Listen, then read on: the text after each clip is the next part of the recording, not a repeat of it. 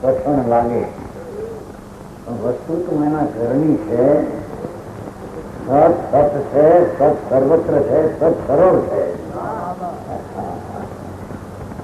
પણ એનો અભ્યાસ નહીં અને સમયને વર્તમાન સાંભળવાના મુખ્ય વાતની પ્રયોજનભૂત રુચિ આવે એટલે એને પસંદને ગહન લાગે.